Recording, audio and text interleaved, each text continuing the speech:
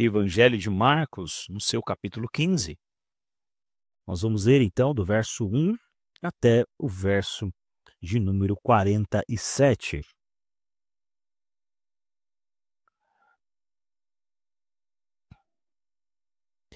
Evangelho de Marcos, capítulo 15. Leitura alternada, eu vou ler os versos ímpares e a igreja então os versos pares. A palavra do Senhor assim nos diz: Logo pela manhã, entraram em conselho os principais sacerdotes com os anciãos, os escribas e todo o sinédrio, e, amarrando a Jesus, levaram-no e o entregaram a Pilatos.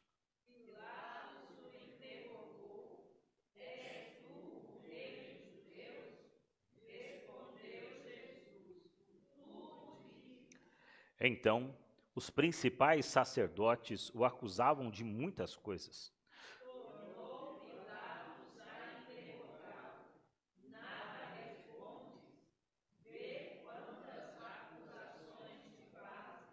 Jesus, porém, não respondeu palavra, a ponto de Pilatos muito se admirar.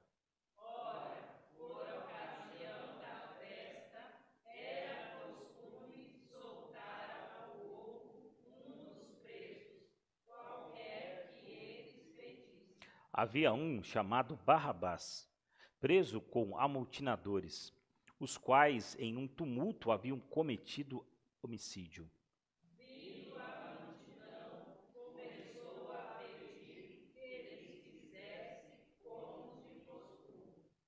E Pilatos lhes respondeu, dizendo: Quereis que eu vos solte o rei dos judeus?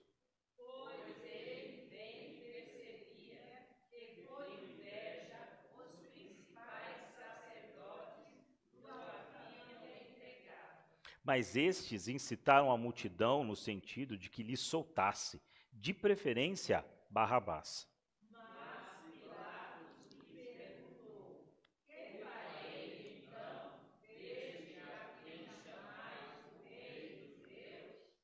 Eles, porém, clamavam: Crucifica-o!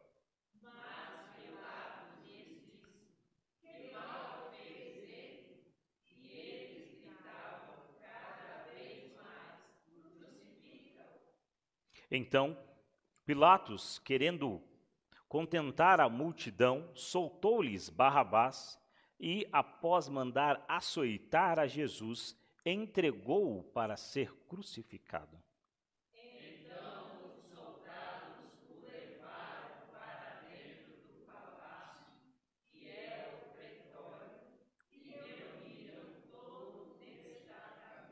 Vestiram-no de púrpura e, tecendo uma coroa de espinhos, lhe a puseram na cabeça.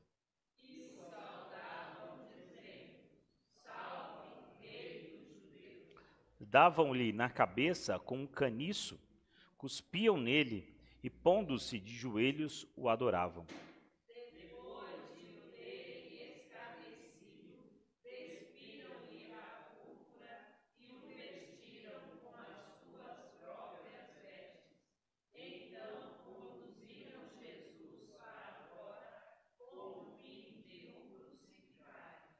E obrigaram a Simão Cirineu, que passava, vindo do campo, pai de Alexandre e de Rufo, a carregar-lhe a cruz.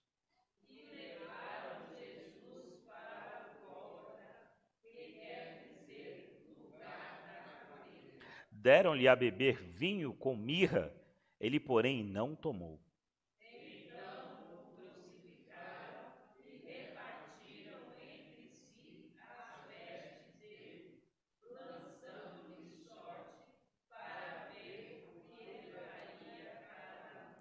Era a hora terceira quando o crucificaram.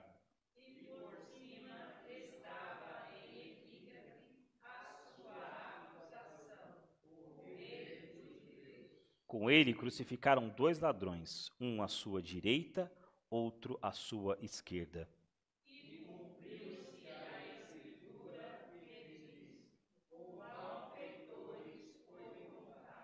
Os que iam passando blasfemavam dele, meneando a cabeça e dizendo: Tu que destróis o santuário e em 3 dias o reedificas?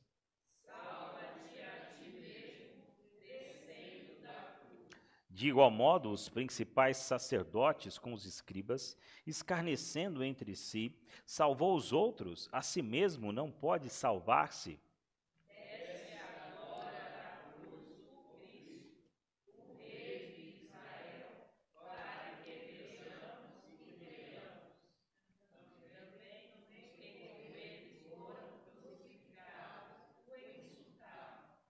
Chegada a hora sexta, houve trevas sobre toda a terra até a hora nona.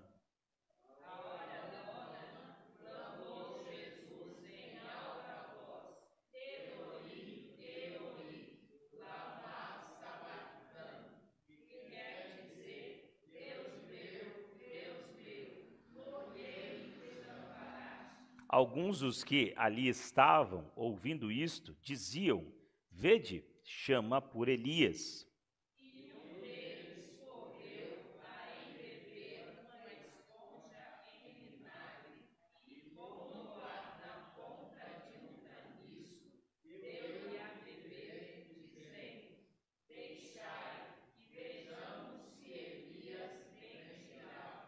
Mas Jesus, dando um grande brado, expirou.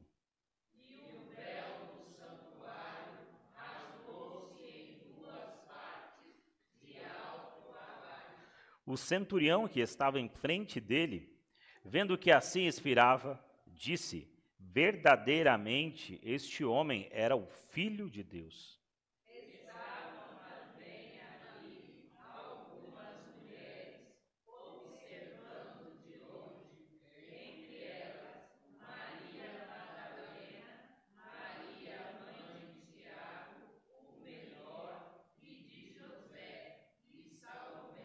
As quais, quando Jesus estava na Galileia, o acompanhavam e serviam, e além destas, muitas outras que haviam subido com ele para Jerusalém.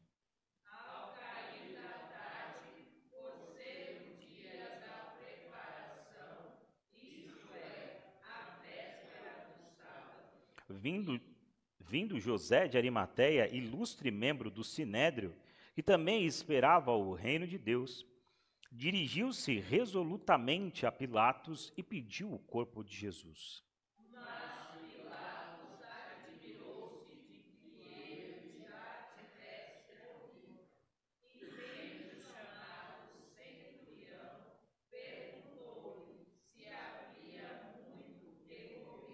Após certificar-se pela informação do comandante, cedeu o corpo a José.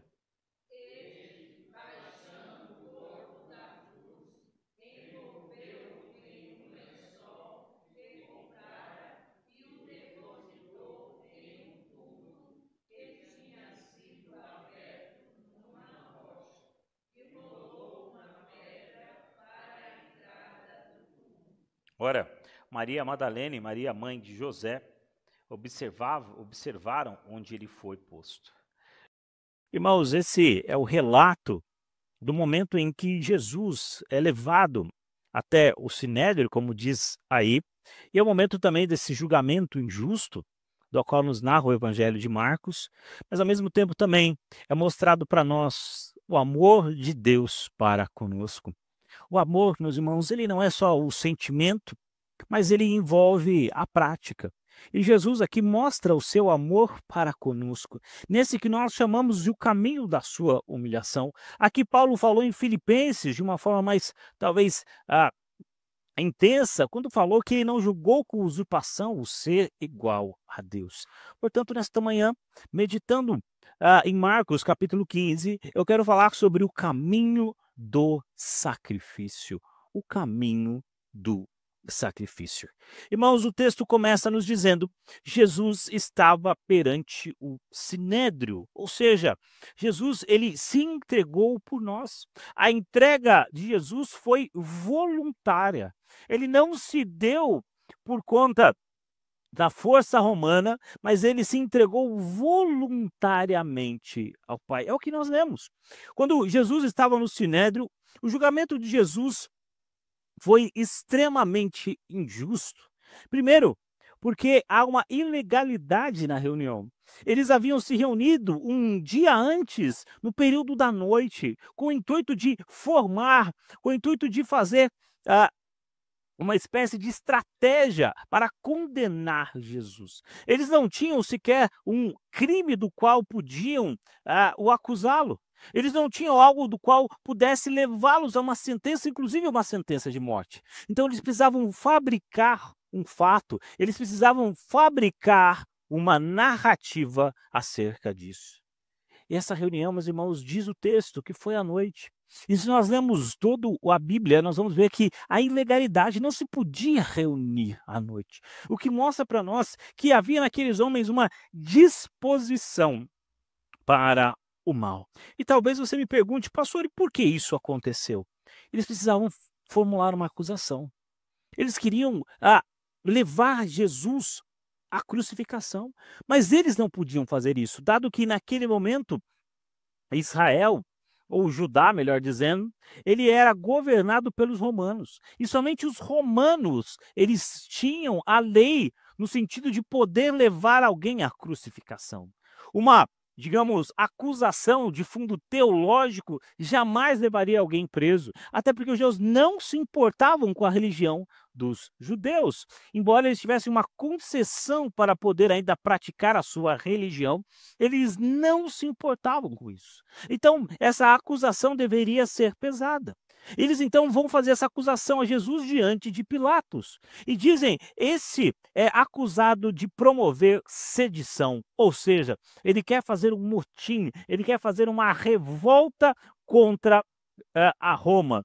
Mas, irmãos, essa acusação por si só é muito fraca, dado que o próprio Jesus, em todo o seu ministério, jamais falou contra Roma. Em todo o seu ministério, ele foi um cidadão exemplar. Portanto, essa acusação era muito difícil de ser emplacada. Jesus, meus irmãos, ele não era culpado das acusações, a gente vê pelo texto. As testemunhas que arranjaram para ele eram todas falsas, e a sentença de morte, sem dúvida, foi um erro crucial. Aliás, foi um erro judicial, foi um erro crasso daqueles que seriam futuramente os seus algozes. Ou seja, Jesus não havia cometido crime algum. O que mostra, irmãos, que nosso Senhor, ele se deu por nós. Ele não foi acusado e nem teve uma acusação do qual se fortalecesse como verdadeira. Mas toda a acusação feita contra Jesus foi falsa. Jesus, então, está lá naquele momento para ser interrogado. E diz o texto que eles acusavam Jesus diante de Pilatos. Mas o próprio Pilatos, olhando para tudo isso, não conseguia olhar para aquele homem ou não conseguia ter uma prova de que, de fato, ele era culpado de alguma coisa. Jeitosamente, eles haviam criado os mecanismos para que enriquecessem por meio da religião.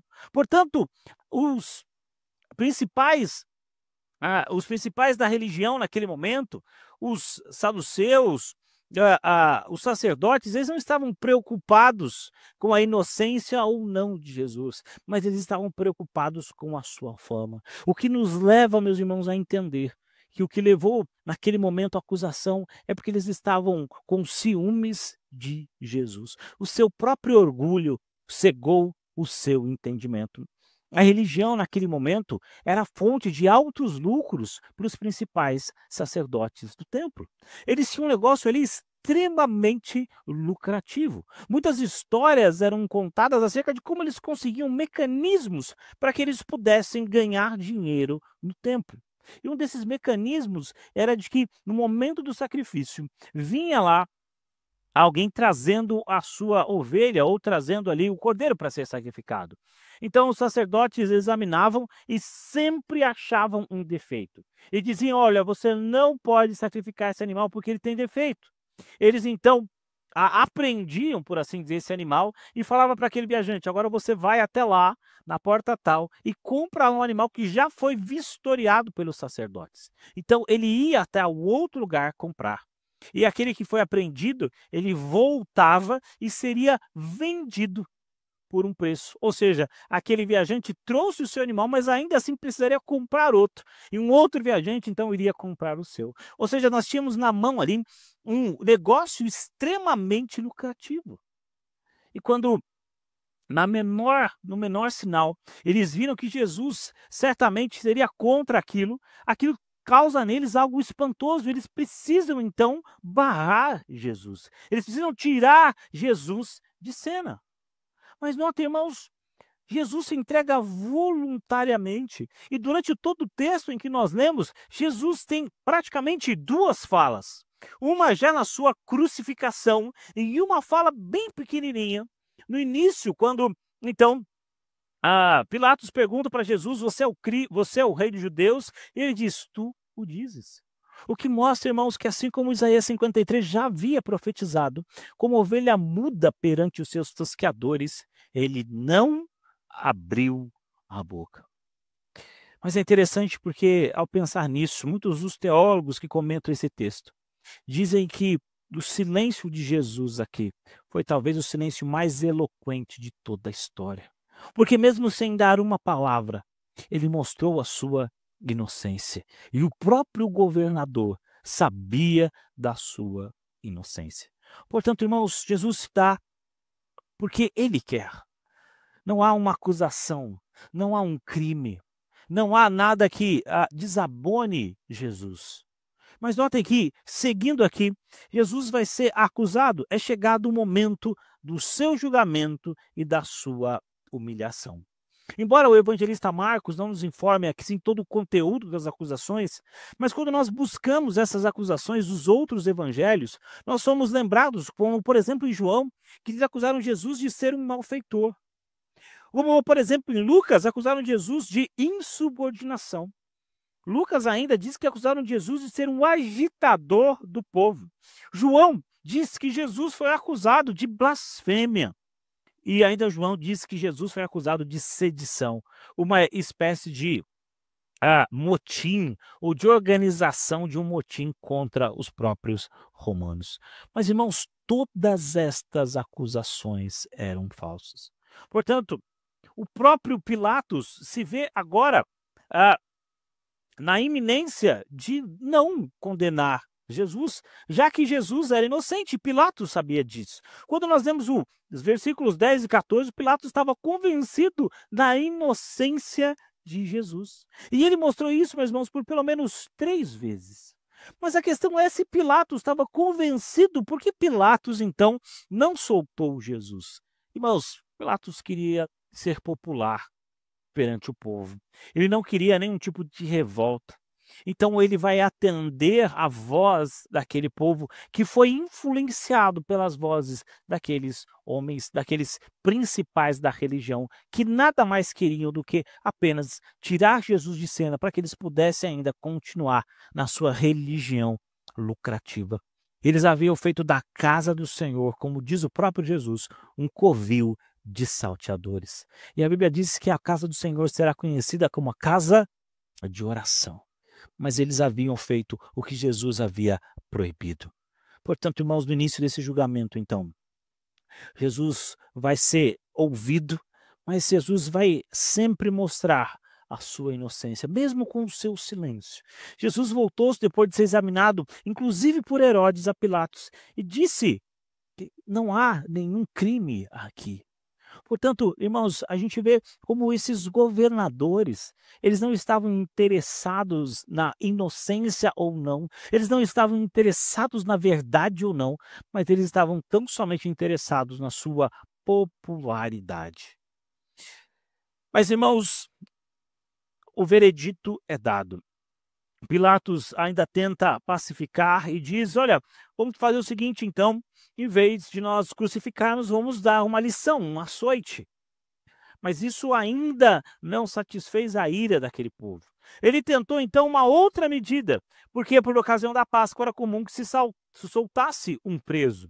E ele então traz aqui 2 presos. Um deles era Barrabás. Barrabás, meus irmãos, aqui o texto nos informa aqui, ele sim havia uma acusação fortíssima, inclusive, sobre sedição, ou seja, ele havia feito um motim, e por conta desse motim aconteceu um assassinato. Ou seja, entre Jesus e um assassino, essa era a escolha que aquele povo deveria fazer. Solta Jesus ou Barrabás? E aquele povo então escolhe Barrabás. E contra a verdade dos fatos e contra tudo isso, Jesus é entregue. Mas talvez você pergunte assim, pastor, diante de tudo que você falou, dessa injustiça, nós podemos dizer então que a culpa de tudo isso, então, é desses homens, dos sacerdotes, dos judeus, enfim, de todo esse povo. De certa forma, irmãos, assim a culpa deles, é claro, a Bíblia não os exime disso, mas quando Pedro faz o seu discurso lá em Atos, ele diz que isso tudo aconteceu, mas a culpa da morte de Cristo foi os nossos pecados. Portanto, quando nós olhamos para esse texto, nós não devemos apenas olhar para o momento e para toda essa injustiça, mas devemos lembrar que esse foi o momento em que Deus, na história, ele trouxe Jesus como expiação, como perdão pelos nossos pecados. Foi um momento, foi a hora em que, nesse tempo, Jesus expiou os nossos pecados. Portanto, a morte de Cristo foi por mim. Portanto, agora, a partir do verso 21, é descrito então sobre Jesus no Calvário. E eu quero aqui destacar alguns pontos rapidamente, caminhando aqui para o encerramento da minha mensagem. Em primeiro lugar, a caminhada para a cruz. O texto nos diz que Jesus estava com suas forças já esgotadas. Ele havia sido açoitado, ele estava debilitado, certamente, estava com fraqueza, possivelmente não havia se alimentado. E desde a noite anterior ele estivera preso, ele foi castigado, portanto ele estava aqui já muito fraco. Mas ele, assim como diz, de como era a tradição daquelas pessoas que eram crucificadas, ele levou então a cruz. Não a cruz toda, como algumas vezes a gente vê em alguns textos, mas ele levou aquela vértice da cruz nos seus ombros, a tal ponto de não conseguir mais. Jesus então cai no chão. Não consegue mais pelas suas forças levar aquela cruz. Nesse interim, então, os soldados viram um homem chamado Simão, o Cirineu, e falaram para ele carregar a cruz. E aqui, meus irmãos, a história tem um parênteses por causa desse evento. A Bíblia diz que a família de Simão, e possivelmente ele também, chegam ao Evangelho. Se os irmãos lembrarem, no último domingo, quando eu falei de Romanos, eu citei Simão, porque os seus filhos, a sua esposa, inclusive a sua esposa, foi uma mãe para o apóstolo Paulo. Ou seja, a história desse homem mudou quando a sua história se cruzou com a de Cristo. E de certa forma, isso aconteceu também conosco. Quando o Senhor entra na nossa história e nos redime do nosso pecado.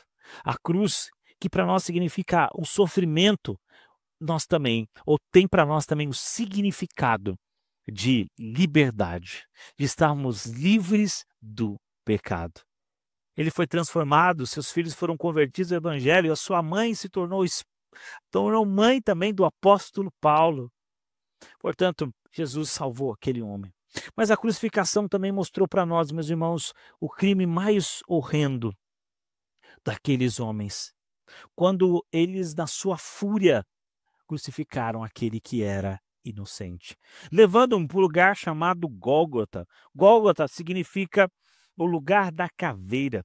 Gólgota foi o local onde Jesus foi crucificado, o lugar onde Jesus então foi entregue pelos nossos pecados. E é o que diz, meus irmãos, a morte de cruz era uma morte extremamente cruel. Cruel em todos os aspectos. Primeiro, pela dor física. Ele precisava fazer uma espécie de rodízio entre respiração, se manter equilibrado. Os judeus, meus irmãos, consideravam, segundo diz o texto, maldito todo aquele que fosse pendurado numa cruz. A pessoa morria com cãibras, asfixiado e com intensas dores. Falando de forma física, foi uma dor intensa, um sofrimento intenso. Mas notem que, além desse sofrimento, Jesus também sofreu a dor da separação. Em determinado momento, ele disse, quando nós demos as chamadas 7 palavras à cruz, 7 são as últimas frases de Jesus, Ele fala: Deus meu, por que me desamparaste? E exatamente nesse momento, a Bíblia diz que ele leva todos os pecados da humanidade sobre ele. Ele foi separado do Pai durante algum tempo para que eu e você jamais fôssemos separados do Pai até a eternidade. Jesus se fez maldito por nossa causa. O sacrifício que nos traz a paz estava sobre ele, e pelas suas pisaduras, pelos seus ferimentos, nós fomos sarados. Irmãos, hoje vai ser o momento em que nós vamos celebrar a ceia do Senhor. E a ceia necessariamente nos evoca para este momento. O momento em que o corpo de Cristo ele é dilacerado pelos nossos pecados. O pão, quando ele é feito, o trigo é dilacerado também, mostrando essa ideia de que o Senhor Jesus ele foi moído pelas nossas transgressões. Mas além do elemento do pão, nós temos também o elemento do vinho, que para nós simbolizam neste sacramento o sangue de Cristo vertido naquela cruz. O nosso Senhor se entregou voluntariamente pelos nossos pecados. Portanto, irmãos, nesta manhã nós somos relembrados da morte de Cristo, mas também somos relembrados do seu amor para conosco, a ponto de ele nos chamar agora para sermos seus. É interessante pensar que as trevas que naquele momento ocorreram nos lembram a penúltima praga que assolou o Egito, a morte do Cordeiro Pascual. Foram 3 dias de treva antes de que o anjo da morte passasse, assim como em Jesus, antes dele ser entregue, houve também tempos de trevas. E se nós olharmos o texto, houve 3 horas de trevas sobre a terra. E se você fizer a conversão, foi exatamente próximo do meio-dia. Do meio-dia até próximo das 3 horas da tarde, houve trevas sobre a terra. Irmãos, e naquele momento Jesus diz: Senhor, está consumado. Os evangelhos nos dizem: está pago. A dívida que era contra nós, ela foi paga na cruz do Calvário. Meus irmãos, diante de tudo o que nós vimos, diante de tudo o que aconteceu, de tantas outras coisas que nós podíamos destacar no texto, eu quero rapidamente aqui concluir o meu texto dizendo o seguinte: a morte de Cristo foi por mim e por você. Portanto, hoje, ao participarmos da mesa do Senhor, eu queria que você pensasse nisso mais uma vez. Irmãos, nós utilizamos o sacramento da ceia do Senhor no primeiro e no terceiro domingo. Nós então fazemos isso de forma corriqueira. Mas eu não queria que você olhasse nesse momento para esse sacramento de forma corriqueira, ou talvez como na concepção, mais uma ceia, ou mais uma vez, mas olhe agora com um sentimento de gratidão ao Senhor. Porque a nossa salvação custou a morte do nosso Salvador. Ele se deu por nós. Portanto, esse momento não pode ser um momento qualquer nas nossas vidas, mas ele é um momento especial. Ele serve para nós como um memorial, claro, para nós lembrarmos de Jesus, mas não só isso, porque nós acreditamos na presença do Senhor Jesus aqui conosco, nesse tempo, neste momento, nos abençoando, nos fortificando. Irmãos, o nosso pecado ele é extremamente horrível. E nada revela mais a gravidade do nosso pecado quanto a cruz de Cristo. Cristo morreu não porque Judas o entregou, não pelas 30 moedas, não porque os sacerdotes se fizeram ou confabularam contra Jesus, não pela sua inveja, não porque Pilatos o condenou covardemente, mas ele morreu pelos nossos pecados, segundo o apóstolo Paulo nos diz em 1 Coríntios capítulo 15, verso 3. Ele morreu pelos nossos pecados. O amor de Deus, ele é incompreensível. Deus poderia nos abandonar à nossa própria sorte, visto que o salário do pecado é a morte. Mas ele não poupou ao seu filho, antes, por todos nós, ele o entregou. Portanto, meus queridos, participemos da mesa do Senhor.